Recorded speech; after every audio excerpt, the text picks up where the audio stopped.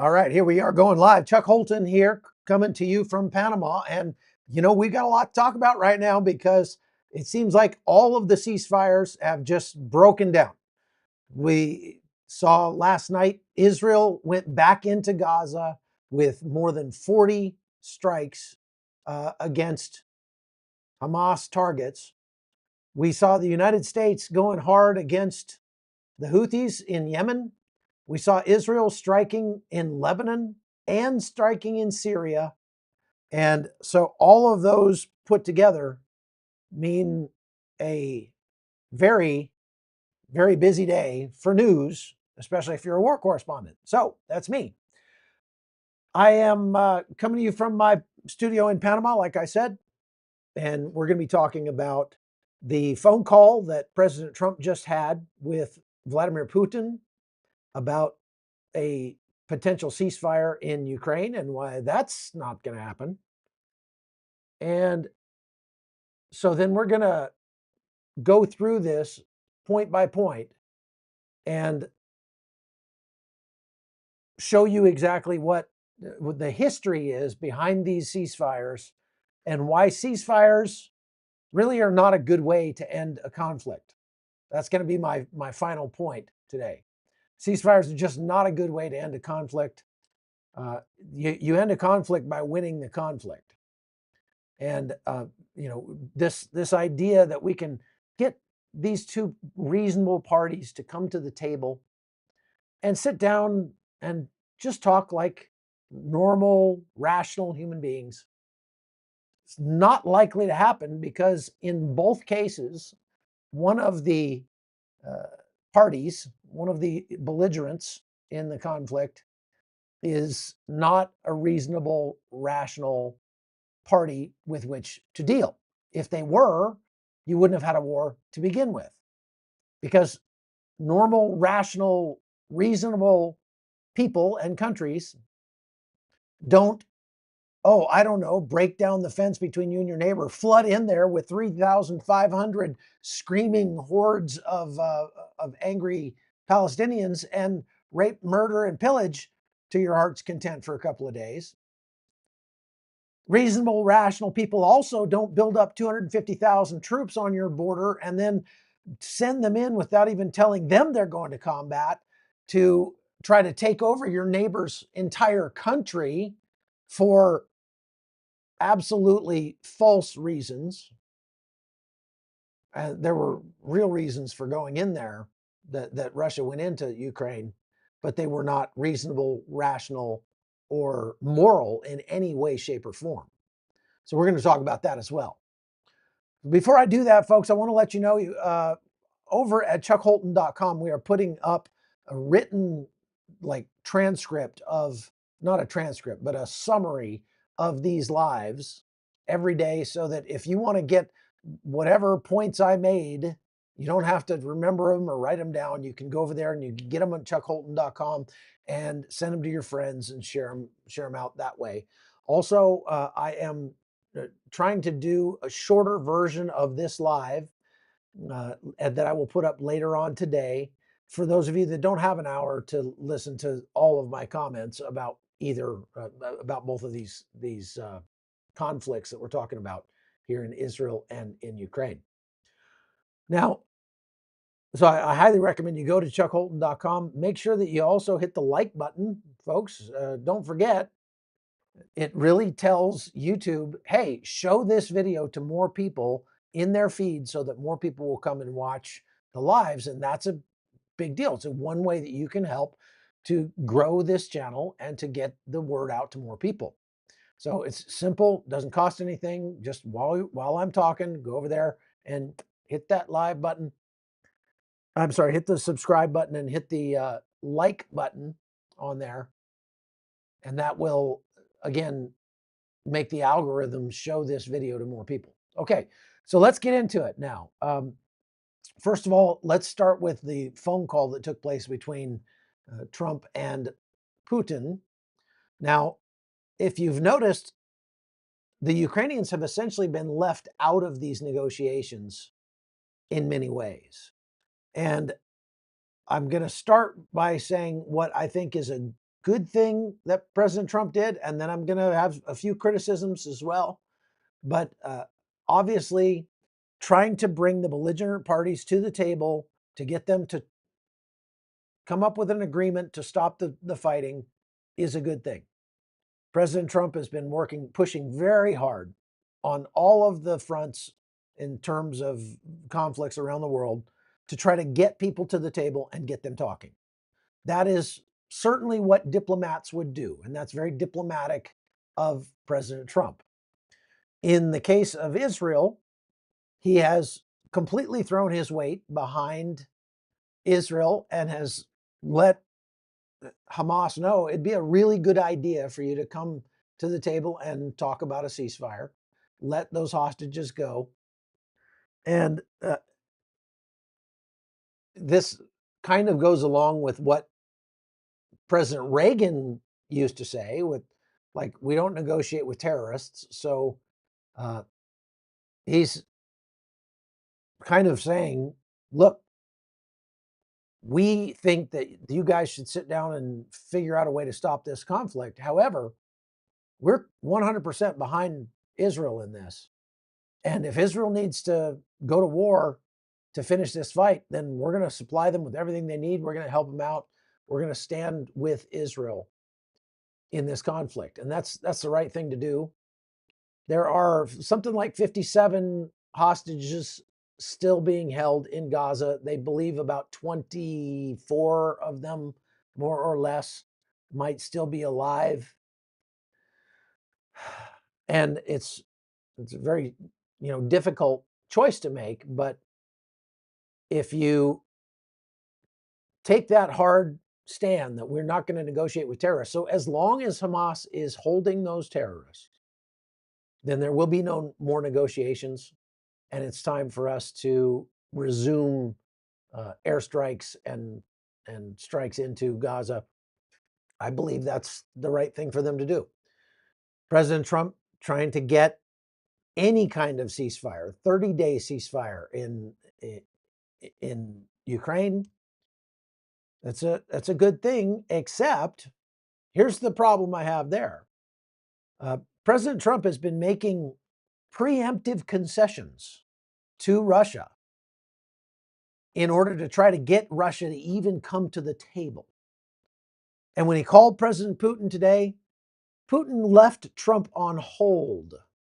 I don't know for how long, but that is highly inappropriate for the leader of the free world to be left on hold. But again, that's a power play by President Putin to let President Trump know, hey, I'm the one in charge here. I'm the one that's calling the shots. I'm the one that's setting the conditions. And he is. President Trump is allowing President Putin to be the one who sets the conditions for these, for this phone call, for the potential of a ceasefire, any kind of ceasefire. And the only thing that in this readout, so if you read what the United States put out after the call, it sounds like the call went really well. President Putin agreed to the principle of a 30-day ceasefire. It'd be great. And so it sounds like a win for President Trump. But if you read the Kremlin readout of the call, which was much more voluminous, had a lot more detail in it, and listen to read what was actually said in the call, according to the Kremlin, President Putin did not agree to a ceasefire at all. As a matter of fact, he said, we might consider a 30-day ceasefire on just energy infrastructure, meaning the Ukrainians will stop blowing up our oil refineries in Russia. We'll consider a 30-day ceasefire for that. But before we will consider it, the United States has to agree to stop all weapons shipments. I mean, not just the United States, all of the Western nations, NATO, everybody has to agree to stop all weapons shipments to Ukraine immediately. And Ukraine essentially has to lose the war, because that would mean a loss for Ukraine. Ukraine has to stop mobilization, has to stop drafting people. Now, I want to just take a side note here for a second and point out something. I had a conversation yesterday on Duran Kedar's podcast on his YouTube channel. You should go check that out. We put a link to it up over at chuckholton.com. So you can go click on that and watch that whole conversation. But one of the things that Duran Kedar brought up is he said, hey, what about these, rumors or videos we see coming out from Ukraine of Ukraine forcibly conscripting people, grabbing them and throwing them into trucks to ship them off to the front lines? And the correct answer to that question is that Ukraine is drafting its military age males to go fight this war. They of course have to. It's a war for the very survival of Ukraine. We've had a draft before. That's not some nefarious thing. And they're not drafting every military age male. They're going in tranches. They're doing it in stages. And what would you expect the United States military to do if they sent out a draft notice to some college kid or whatever, and that kid went AWOL and decided I'm not going to go join up? What would you expect the United States to do to that kid if they caught him? Would you expect them to detain him, arrest him, and force him to go to basic training and go fight? Or would you just say, oh, you should just let him go? No problem. Just, well, if he doesn't want to fight, well, then, we're not going to make him. A draft is a draft. And yes, it's forced conscription. That's what a draft is. Israel has a draft and always has, in peacetime and in war. So if in Israel some guy decides he's not willing to go to Gaza and fight, and he runs away and goes and hides, would you expect the Israeli military to go pick him up and detain him, forcibly move him to, send him to basic training or even to jail? I would expect that's the right thing to do. If you are called upon to serve your nation, you must go serve your nation, especially in a time of existential crisis. And there are many people in Ukraine who have fled, and in Russia, who have fled their countries in order to avoid conscription. I don't think that's manly in any way, shape, or form, but it certainly happens. But I wouldn't, just the fact that Ukraine is drafting its soldiers, that doesn't make Ukraine evil. The insinuation there is like, oh, look how evil Ukraine is. They're grabbing people and throwing them in vans and forcing them to go to the front line. No, the guy was a draft dodger. If the guy's a draft dodger, also, I have tracked down a couple of those videos that turn out to be fake in terms of they're old videos, and they're of a guy that was wanted for drugs, and the secret, not the secret police, the unmarked police van comes up and they grab him and they throw him in the van.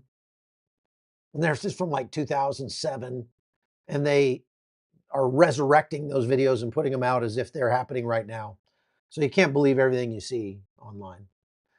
Nevertheless, this phone call between President Trump and President Putin, I would not say it went well for President Trump, because he didn't get President Putin to agree to anything, really. He got left on hold, so that made him look like a chump. President Putin is playing with the West. He's just playing games with them. He has no intention of stopping this conflict until they have won. The only way that would be, what I don't understand is why we can so clearly see the moral component when it comes to Israel and Hamas. But when, because there were 1,200 terrorists that came flooding into Israel and started raping and pillaging and burning and destroying things, like that's okay, that's clear in our heads. Like we can see that that's a moral issue that Israel has got to defend itself and its sovereignty from this incursion by the Palestinians in Gaza. They can't allow some foreign entity to come across their border and then just start raping and killing and murdering their people. They can't do that. They have to fight that. And so the United States says we should support them in that. We're going to help them, give them everything they need. But somehow we can't see the same exact issue in Ukraine because Ukraine didn't attack Russia. Russia built up 250,000 troops on their border and then sent those troops across the border into Ukraine, where they immediately began to kill, rape, steal, destroy, pillage, and threaten the actual sovereignty of the nation of Ukraine, a nation that is recognized by the entire world as a sovereign country. And I don't care if you've got a problem, if you think, if you're Russia and you think, well, those guys next door, they're really corrupt. So that doesn't mean you get to kick in their door and burn their house down. I don't care if you think they're full of Nazis. They're not, by the way. There's no Nazis. I looked all over Ukraine for Nazis. There are more Nazis in Russia than there are in Ukraine. Heck, there are more Nazis in the United States than there are in Ukraine, without a doubt. So I don't care if you think they're full of Nazis. That doesn't give you the right to kick in their door and take what's theirs. I don't care if you think they're going to compete with you. They're going to put you out of business because they're finding a lot of oil and natural gas in the ground in Ukraine. That does not give your nation the right to kick in their door and burn down their house. I don't care if you think, oh gosh, they're about to join NATO and NATO's a threat to us. It's a sovereign nation. They can join NATO if they want to.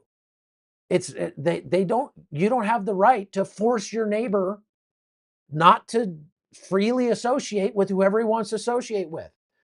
To say nothing of the fact that NATO has never, ever, ever, ever been an offensive threat to Russia. NATO is a defensive organization in nature, completely defensive. If NATO had wanted to take Russia, they could have taken Russia over a long time ago, because Russia represents about 1/13 of the world's military power, and NATO represents about 60% of the world's military power. NATO could have crushed Russia a long time ago, but they don't intend to. There's no intent ever for NATO to take over 1 centimeter of Russia. And Russia knows that. Russia knows that. So why does President Trump go get on the phone with President Putin?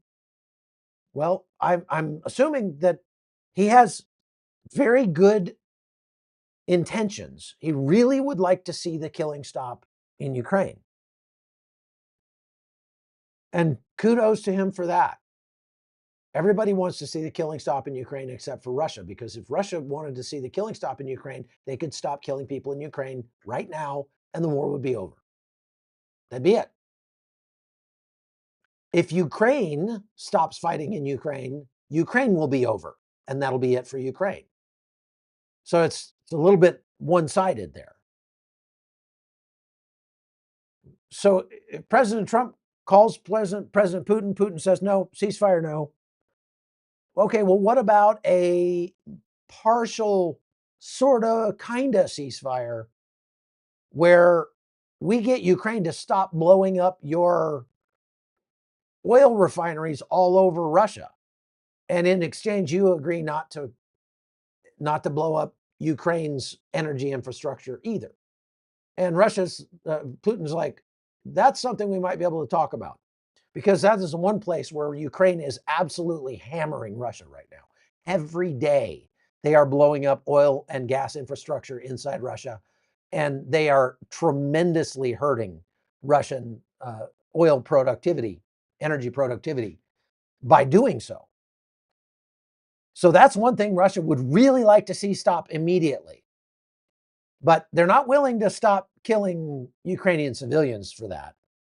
They sent 173 drones and missiles yesterday into Ukraine. Some of them were shot down, some of them were not. Russia uses a lot of decoy drones that don't have explosives in them to confuse the air defenses, and it works. We're not talking about the little drones that they're using to fight on the front lines. There's thousands of those every day. The little drones that have a grenade in them or something that they go and they both sides are hitting each other very hard. That is the primary weapon on the front lines now.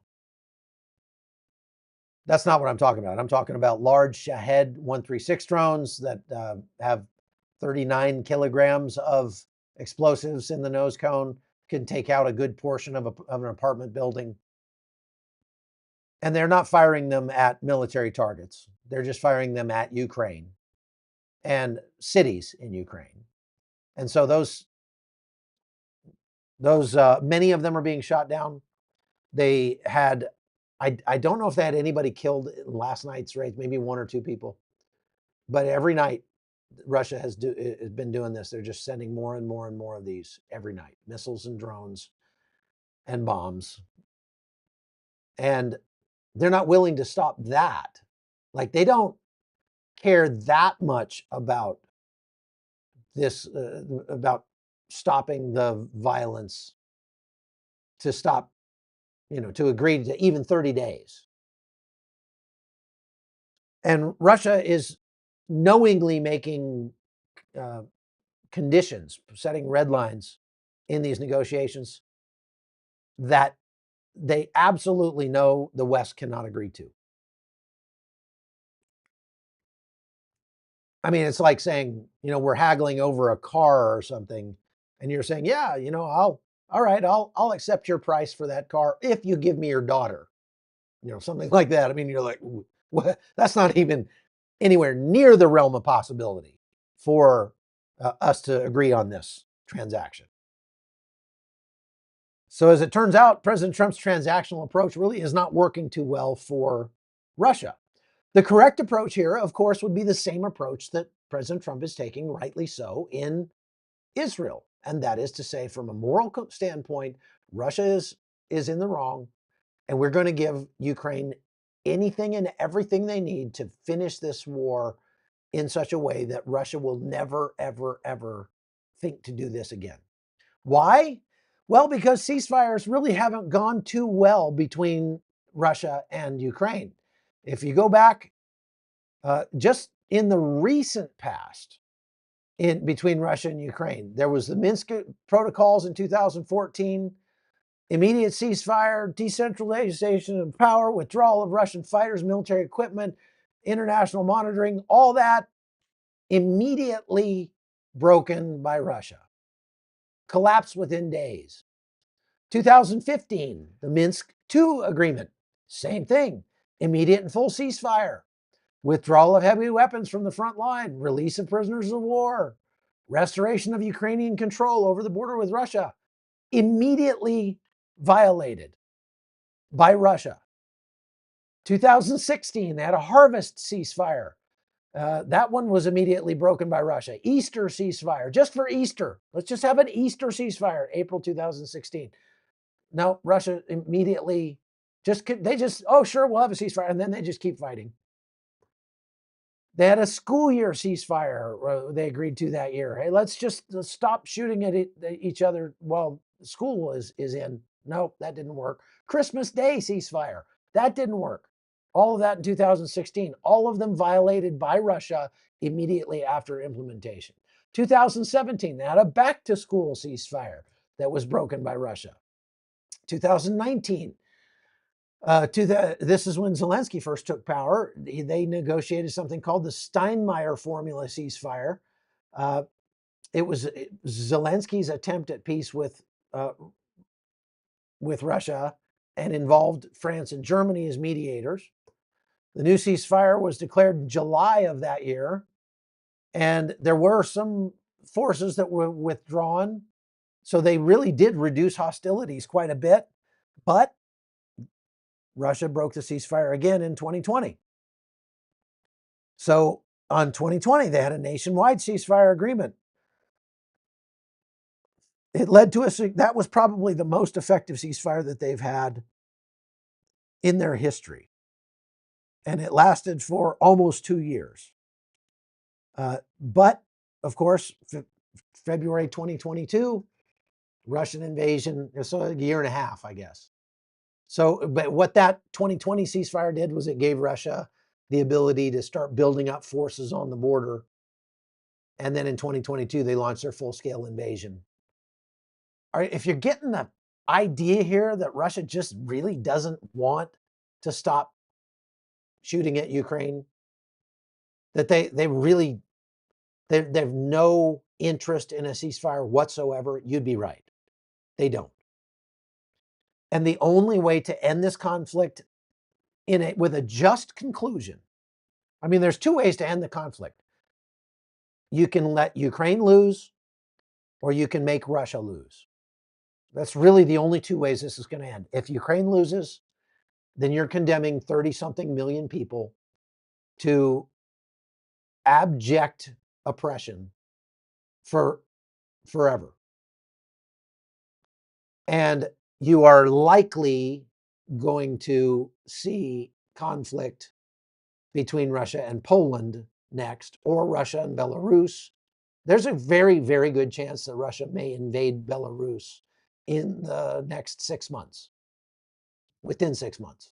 Belarus only has 60,000 troops.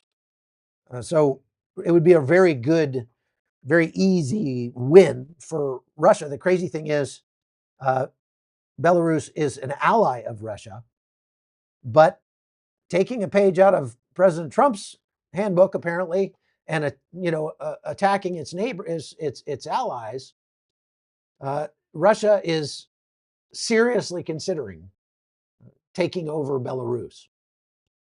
Well, that would put it right up against Lithuania and Poland even more. Poland already has a border with Russia in Kaliningrad, that exclave, but that's very, very small. But if Russia takes over Belarus, then they're going to have a much larger border with Poland, and a more direct border anyway, not much larger, because it's just kind of a sliver of Poland that touches Belarus. All of a sudden, Lukashenko is looking around and going, wait a minute, I thought we were friends. What's going on here? Vladimir Putin has an agenda to reconstitute the Soviet Union. That is without question at this point. And if we don't want another Cold War, Soviet Union style between the United States and Russia, then we have a choice. We can pay now or we can pay later. If we pay now, it'll be cheaper. If we pay later, it'll be a lot more expensive. That's just the reality of it. You might say, we don't need to be spending our money in Ukraine. Okay. Well, if we don't spend our money in Ukraine now, we're going to spend it fighting Russia later. And it's going to be much larger and more powerful because it will have already taken over those other countries. Now, the UK and Poland are both talking about sending troops into Ukraine as peacekeepers. Russia is saying that would be an escalation. The UK and Poland are saying, well, only if you decide to escalate, because we're not going to come in there to fight Russian troops. We're going to come there and station our troops near the front lines. And if Russia attacks our troops, then you're at war with all of Europe. Guess what? That would be very interesting to see. That would be something that might actually be forced upon Europe if the United States does not prove to be a trustworthy partner in peace. And so far, we have not shown ourselves this year to be a trustworthy partner for peace with anybody except Israel. And Now, Israel has had something like 14 ceasefires with in recent years with Hamas or the Palestinians. And of course, none of them have lasted. Nobody expects them to last. So what they're really seriously talking about now, like, let's go with President Trump's plan of moving the Palestinians out of Gaza, forcing them to relocate. Everybody thought President Trump was crazy when he brought that up, but he wasn't. He was just saying what really needed to be said. That's one of the things I respect about President Trump is he doesn't mind saying what he thinks needs to be said, whether or not it's feasible or politically correct or anything else. I think President Trump almost enjoys getting a rise out of people by saying things that make people go, "What?" Well, I'm kind of like that too sometimes. So I can understand that.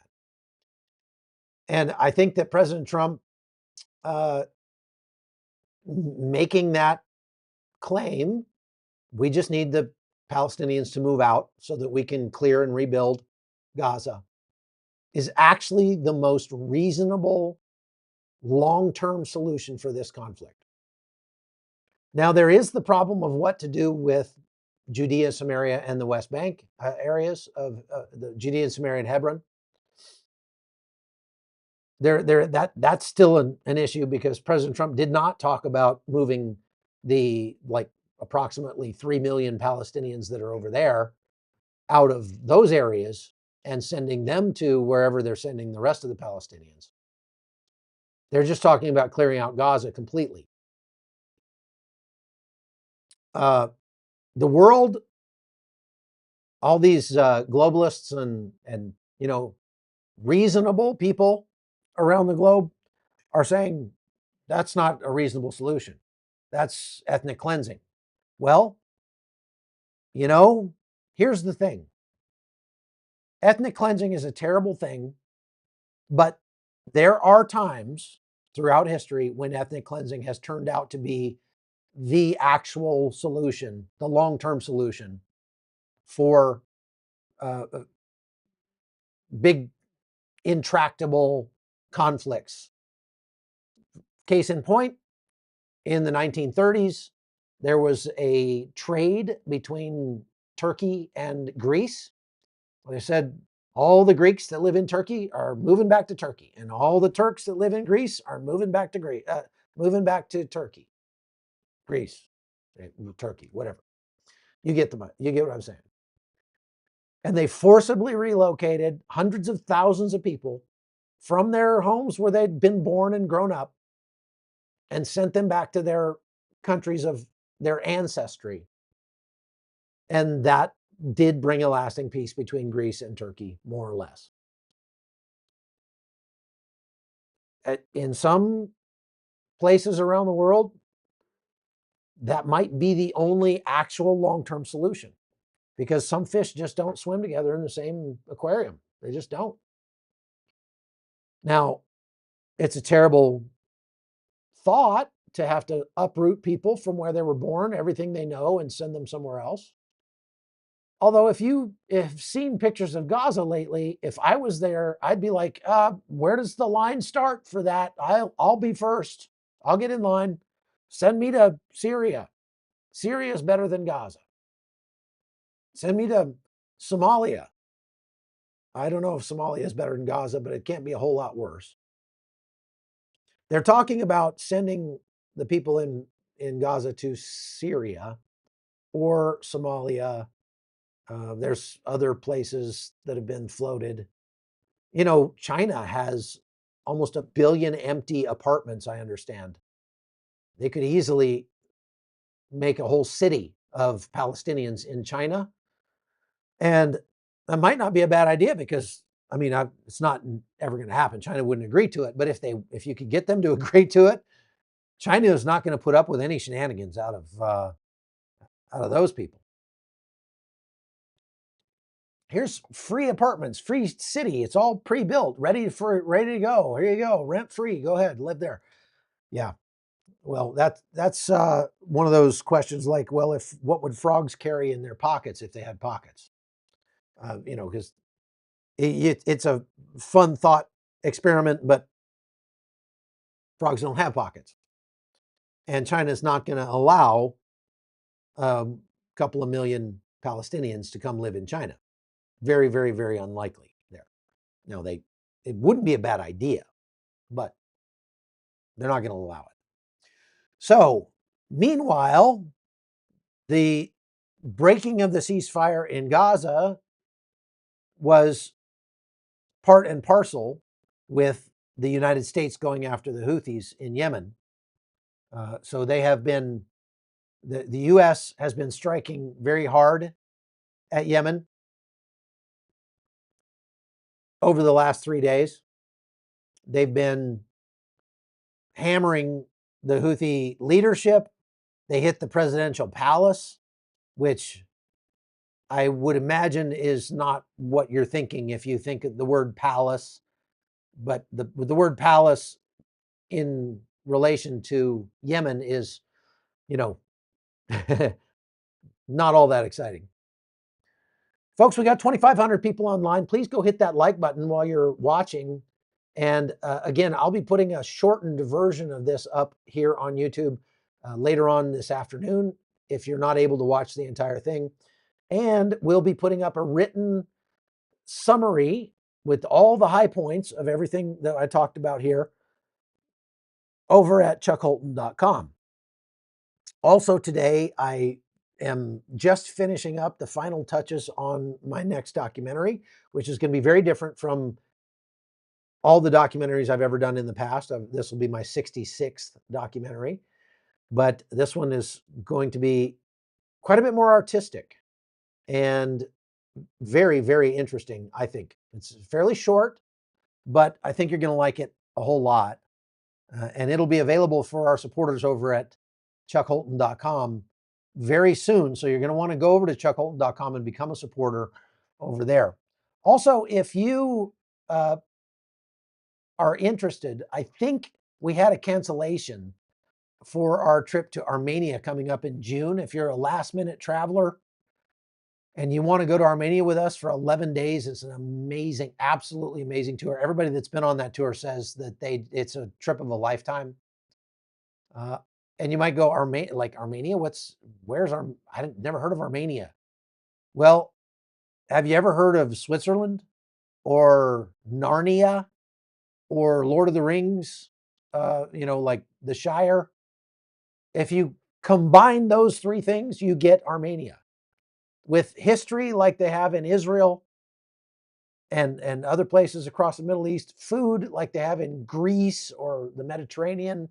It's the best of Arabic and Greek food put together. And it is a fantastic hidden gem. And that's the reason that we do tours there, because people need to know about Armenia. I mean, it's crazy, absolutely nuts that Armenia is not one of those places that is on everybody's bucket list, like Paris. I mean, gosh, if you've been to Paris anytime in the last 15 years, you know what I'm talking about. Like Paris is no garden spot anymore. Yuck. So we are going June 6th through the 17th to Armenia, and we just got an opening. So if you want to take that slot, send us an email, info@holtonnews.com. info@holtonnews.com, and we'll send you the information about getting on that trip. So, all right, now let's go and see if we've got any questions here. I have been sort of ignoring the comments so I could get through what I wanted to say, the majority of what I wanted to say. Thank you for the Super Mercer brother. Whatever that was. Do you think Bibi Netanyahu is solid in his support from the Israeli public? Mostly, yes. I would say about 70% of Israelis that I talk to are happy with Netanyahu and his performance so far in this conflict. From a political standpoint, they may not agree with him much, There might be some other issues that they have with him. There's some allegations going around right now that Netanyahu accepted money from Qatar as a bribe for something, and he's going to have to fight that stuff out in court. All of that stuff really needs to take the back seat probably right now to Israel winning the war. And I think most people are happy with Netanyahu's performance so far in this conflict. Most people. There are certainly, it's not hard to find people who are very unhappy with Netanyahu, but that's just because Israel is a liberal country that allows dissent. And so if you, there's a certain percentage of people, without a doubt, who are much further to the left than Benjamin Netanyahu that think he's not doing a great job. But understand, if you're from the United States, Netanyahu, if he was a politician in the U.S., would be considered a Democrat. And he's not a right winger. Now, in Israel, because you have people that are very, very left wing, he's considered to be more centrist or even right wing. I've heard even some people say he's a far right candidate, far right prime minister. Yeah, he's not far right in an American sense, not in any way, shape, or form. He's very against the Second Amendment for one thing. And I've brought that up a lot, but it's true. I've heard Palestinians aren't allowed to flee Gaza into Israel at the risk of being shot by their own captors. Antonio, there's a buffer zone around Gaza now. Just the first kilometer or two of land from the border fence inward has been completely bulldozed. There's no buildings, there's nothing. And it's a no man's land. And it's going to stay that way pretty much for the duration, unless the Palestinians all leave, which it's not likely to happen. So the Palestinians are not going to flee to Israel. They can't. Israel would not allow them to enter Israel from Gaza. That used to be allowed up until October 6th, 2023. And after October 7th, all that went away. They are not allowed to cross from the West Bank areas either into Israel proper anymore, although many of them try very hard to do so. They're catching them every day, hiding in vehicles and trying to get across just to come to work. Do you understand how badly October 7th has hurt the Palestinian people? Hamas doesn't care, but it's unbelievable to me that Hamas still has such high support inside Gaza and inside Judea and Samaria and Hebron from Arabs that live there. When Hamas's actions on October 7th have wrecked the Palestinian economy. There were tens of thousands of Palestinians who used to come and cross the border every day and go to work in factories in Israel. And they can make about 5 times as much in Israel as they can in Gaza or in the West Bank areas. And so it was a great thing for them. They had a good thing going. And now that's all gone and is going to stay gone for the indefinite future. So it's a very, very bad thing what Hamas did to its own people. But yet its own people don't dare disagree with Hamas publicly, or you and your whole family disappear. Dale Goodall says, what do you think Trump's next move will be regarding Ukraine? I don't know. What I would hope it would be to say, okay, that, if you use the words that he used in that meeting with Zelensky, where he's like, hey, he can come back when he's interested in peace. That should be what Trump says about Vladimir Putin. Instead, what President Trump keeps doing is giving Putin these preemptive concessions without anything in return. That is not good negotiating. I mean, if you want to call that the art of the deal, I'm not hiring a realtor that deals like that. That'd be like you want to buy a house and it's $200,000. That's the list price. You want to pay $150,000. And your realtor goes in there and says, well, hey, we'd like to get a little better deal on this, but here's what we'll do. We'll pay all the closing costs. We'll pay for the title search. We will pay for any repairs that need to be done on the thing. We'll pay for your landscaping to get it up to snuff. We'll pay for people to come in and paint it and get it in good shape.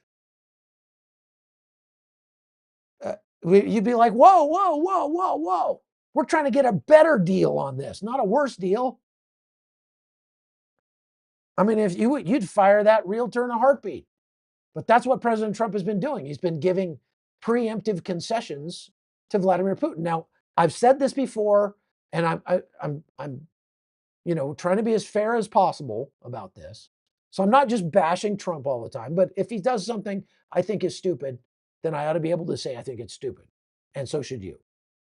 And if you believe that it is sacrilegious to criticize President Trump in any way, shape, or form, you're in a cult. That's all there is to it. I support President Trump for most things that he does, but I'm not part of his cult. And so I will criticize things that he does that are not good for America and not good for the world at large. Now, I have said, after saying all that, I have said before, Trump likely understands Vladimir Putin on a pretty deep level because they're very similar personalities, very big egos. And if you bow up to Vladimir Putin and start talking tough like Biden did, you're not going to bring him to the negotiating table. Putin's pride cannot handle any kind of trash talk like that.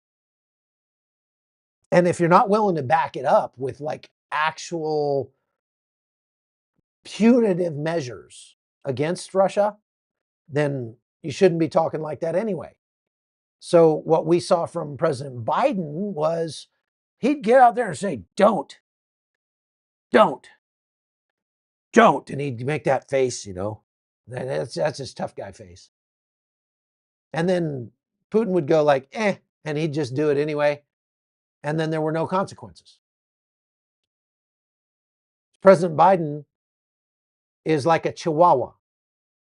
He's got a really annoying little bark, but that thing can't hurt you. And you just, he's going to hurt you if he tries. You're just going to punt him in the middle of next week.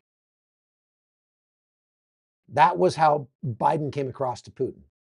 President Trump is trying more of a, hey, buddy, we're friends. Hey, come on, we understand each other. Let's work together and get you something, But I think the fundamental flaw there is that President Trump, who I think is a reasonable person, is making the mistake of thinking that President Putin is also a reasonable person. And there is no evidence from the past 30 years that Vladimir Putin is anything other than a barbarian in a suit. There's no two ways about that. Vladimir Putin is a savage in a suit.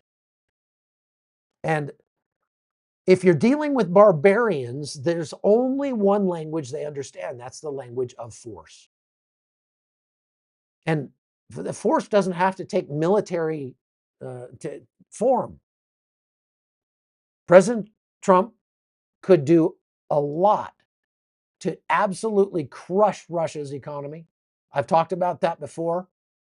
Just taking steps to lower the cost of the barrel of oil. Every dollar that they lower the cost of a barrel of oil is going to dramatically reduce Russia's ability to continue to fund this war. And so that transactional approach is not going to work with Russia, because Russia is seeing it as a binary thing.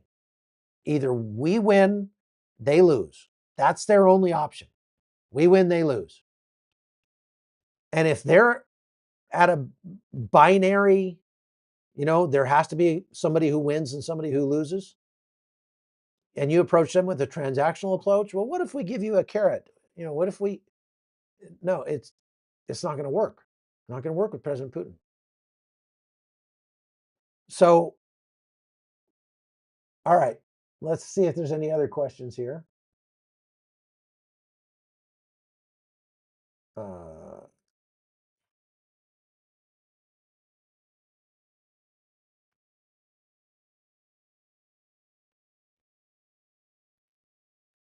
Do you know how the USSR fell? Because it imported more goods from outside regions. As soon as sanctions happened in those regions, it fell. China solved this with manufacturing within. Okay. All right. We'll do a live about China maybe tomorrow.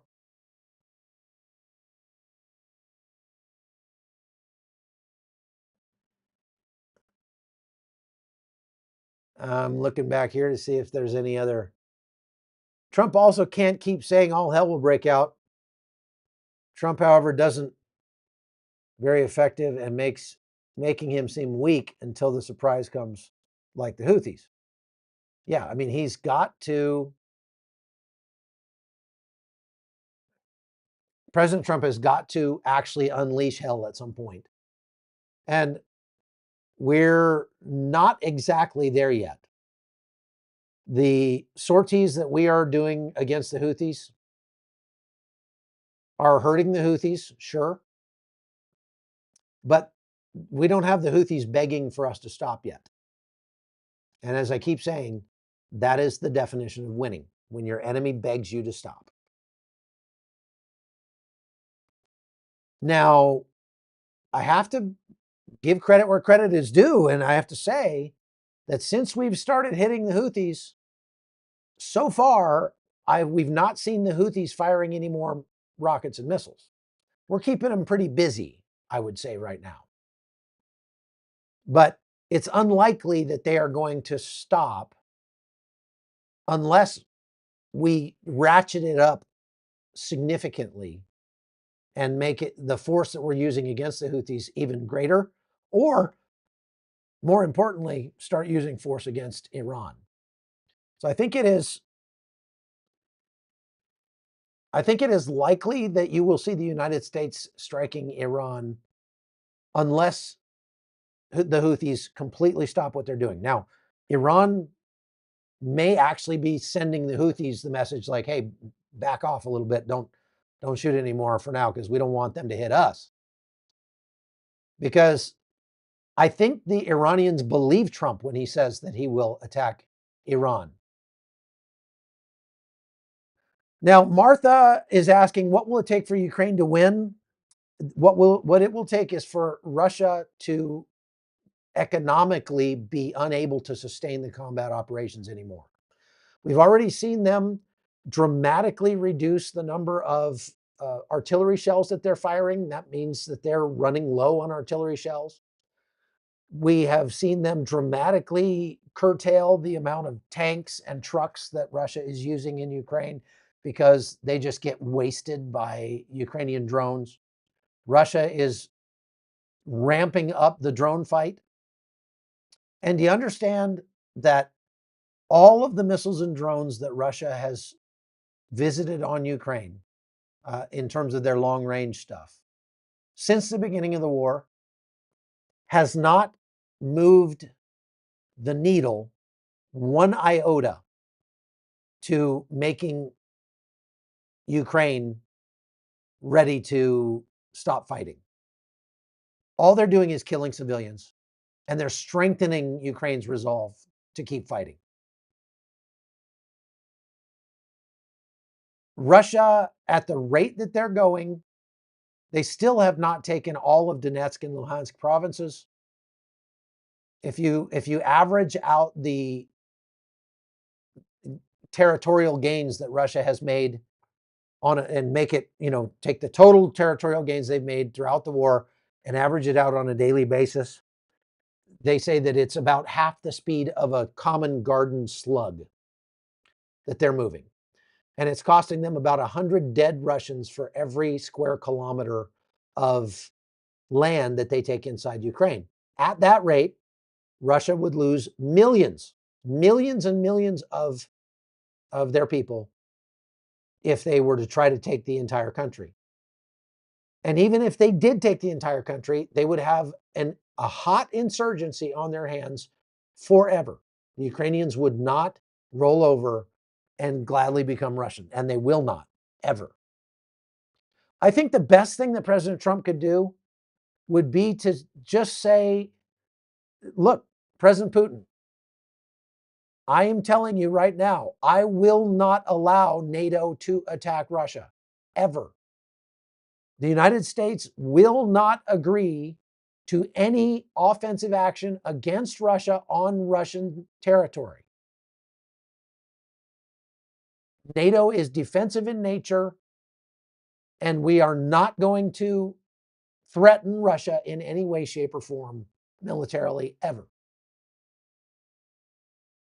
However, we will not stand for Russia taking ground that does not belong to it.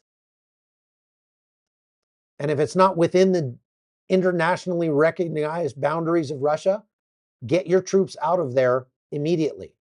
And until you do, we are going to throw the full weight of American firepower behind the Ukrainians, and we're going to assist them in that, not militarily, but economically, by doing everything we can in terms of sanctions and energy prices to crush Russia's economy to the point where you'll just collapse.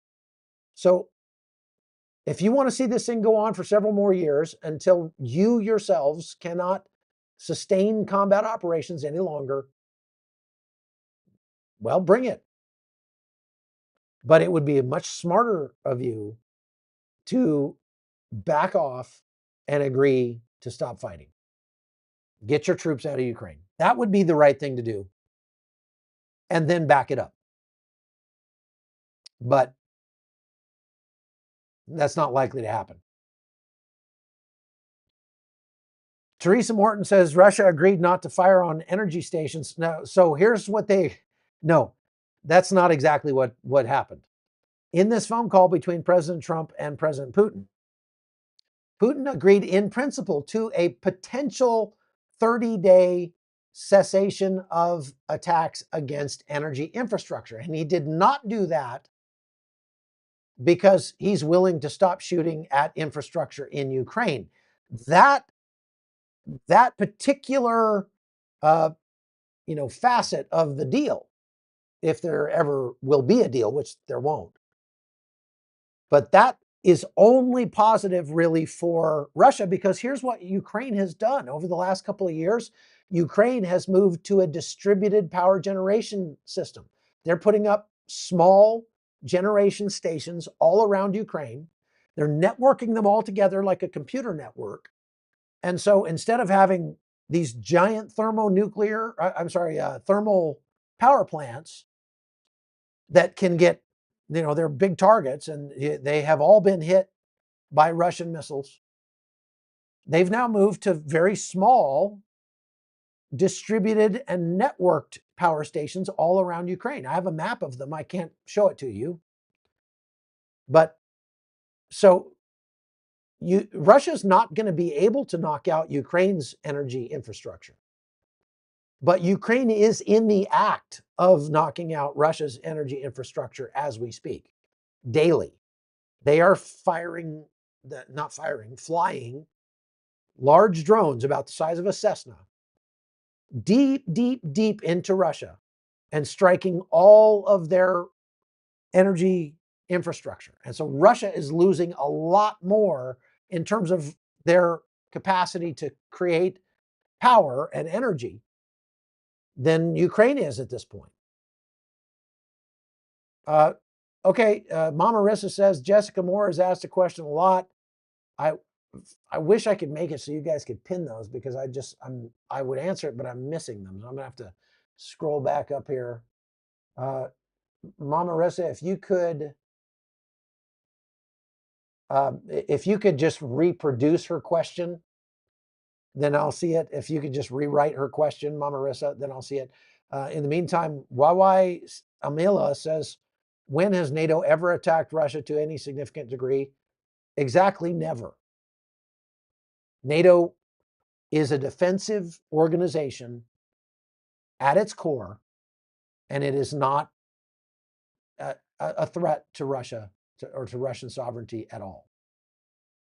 Okay, so I'm looking. Steve says, is the removal of the head of Shin Bet a good thing? I don't know. I know you can't pin it, Rubina. I'm sorry. I wish I could make it so you could. All I can do is make you a moderator, and that's it. So I don't know. The answer to that is I don't know about removing the head of the Shin Bet. If that's what he felt like he needed to do, then okay. If Ukraine joins NATO, does that mean the United States will have to go to war in support of Ukraine with Russia? Okay, good question. Ukraine cannot join NATO while it is at war with Russia. It just can't. Once the war is over, I mean, because that's part of the rules. Like, you can't join NATO if you're already at war with somebody. That's like, could I get car insurance after my car got wrecked? No, the whole point of NATO is it's an insurance policy for all the countries that are in it, so that it's a deterrent so that Russia won't attack you. And so if the war was over, there was peace, actual end of the war between Russia and Ukraine, then Ukraine would have other hurdles to jump to get into NATO, as far as transparency, accountability, and interoperability, because NATO is at its face a standards organization, saying that everybody that's a part of NATO needs to be part of the same standard. So we have this thing called NATO standard in the military. If you look at that helmet right there, that's a NATO standard helmet. Okay, and it has a NATO part number. If the ammunition that we use is all standardized, so that I can take if I'm fighting alongside a guy from Germany, I can throw him a magazine full of ammo and he can use it in his weapon as well, because we have standardized calibers across NATO. So Ukraine would have to meet all those requirements before it could become part of NATO. And that's way down the road. Now, Ukraine is saying, we've got some red lines too here, and we're not going to agree to any kind of ceasefire that makes us agree to give up sovereign territory for good, like just write off Crimea, like that's no longer Ukraine. And that's one of President Trump's main points, is that in order to get peace, just to stop the killing, that's the most important thing. Stop the killing. In order to get peace, just to stop the killing, that's the most important thing. Stop the killing. We'll just abandon all the people that live in those states, and they get to be Chinese now. No, we're not going to do that. Ask Rubina. In Armenia right now, there's a very good chance that we will see a war between Azerbaijan and Armenia. Azerbaijan has been aggressing against Armenia for many years. And now they're starting to ramp up the rhetoric again. They're getting support from Israel, which is a big mistake on Israel's part. They're getting support from Israel, and they are,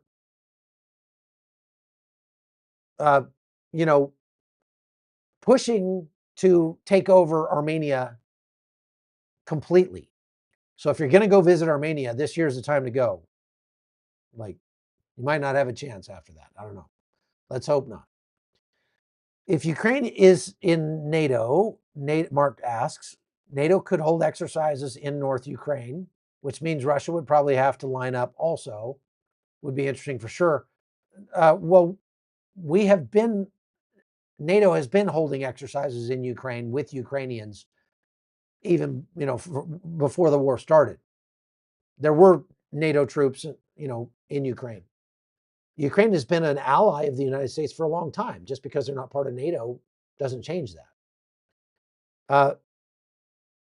Russia has like 1,400 miles of border with NATO countries without Ukraine. Forget about Ukraine. And this shows what a moot point it is for Russia to claim that it's, well, we're just defending so that we don't have to have NATO right on our doorstep. They've got 1,400 miles of NATO on their doorstep already. And it's never been a threat to Russia, ever. And Russia hasn't had to line up troops along the border and, do anything up there because we've never threatened Russia. LD Coffee says BlackRock did not buy the Panama Canal. That's true. BlackRock is making an agreement. They're in the process of making an agreement to purchase the concessions at the ports in Panama on either end of the canal, along with about 40 other ports around the world, including in the Suez Canal and the English Channel and elsewhere. Panama, and only Panama, owns the canal, runs the canal. Panama owns the ports, but they hire companies to run the ports, and BlackRock is going to take that job over, perhaps from Hutchison Whampoa, but that deal is not finished yet. It's just been proposed.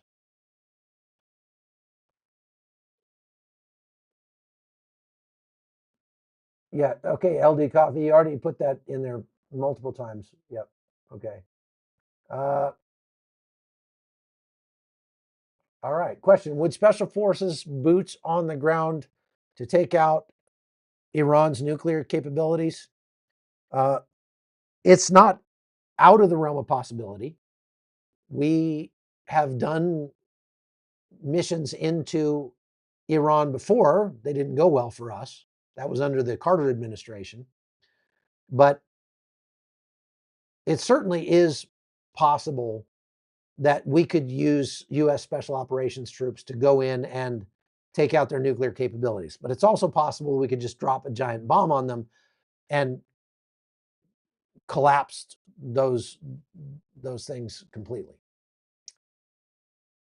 All right, so sorry that the audio is cutting out. If you just restart your browser, just refresh your browser, that might make it better.